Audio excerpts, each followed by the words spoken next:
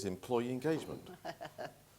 So we thought, oh my God, if we go into management speak, we'll be dead.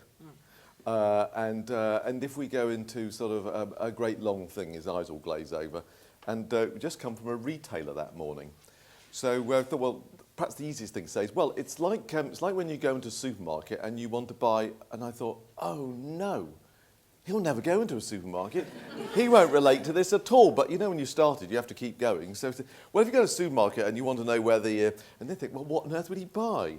And then I had one little stroke with you. He said, when you want to know where the pâté foie gras is, do you get a sort of languid arm pointed in an approximate direction, or is there a kind of smile on someone's face, they take you there, and so on? And his rejoinder was, I don't want them just to take me there, I want them to take it off the shelf and put it in my trolley.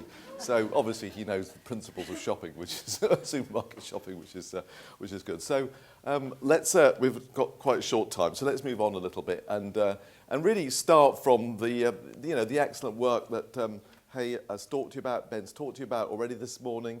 We know this stuff, don't we? So I'm not going to go through it. There are huge forces out there that are changing the nature of how we go about doing things. Yeah?